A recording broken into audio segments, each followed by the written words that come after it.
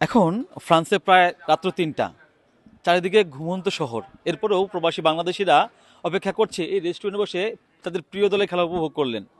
তারা খেলাটা মূলত এই খেলাটা দেখেনি একটা যুদ্ধে অংশগ্রহণ করেছে। প্রতিটা মুহূর্ত, প্রতিটা সেকেন্ড টান টান উত্তেজনা ছিল।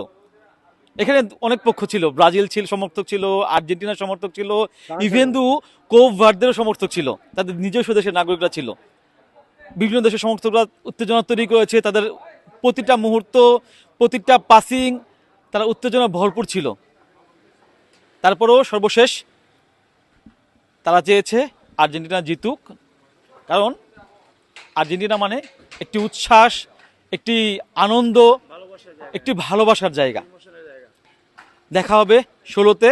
এই প্রত্যাশা পেরিয়ে সামনে সেমিফাইনাল, কোয়ার্টার ফাইনাল, সেমিফাইনালও তারা চায় প্রবাসীরা আর্জেন্টিনা যেন থাকতে পারে, ভালো কোনো দলের সাথে ফাইটিং করে যেন তাদের পরাজয় হয়, কিংবা বিজয়ের মাঠে ফাইনালে বিশ্বকাপ অর্জন হয়। তা আমার সাথে আমাদের কয়েস ভাই আছে, তার কাছে শুনি আসলে তার কাছে অনুভূতিটা কেমন লাগলো। প্রতিটা মুহূর্তে তিনি উদযাপন করেছেন এই খেলাটা। কয়েস ভাই, তো আপনি তো যতটুকু জানি আপনি আর্জেন্টিনা সমর্থন করেন না, না, আমি তো ফ্রান্সের সমর্থন করি ভাই। তো আজকে না, আমি সুন্দর খেলা হয়েছে।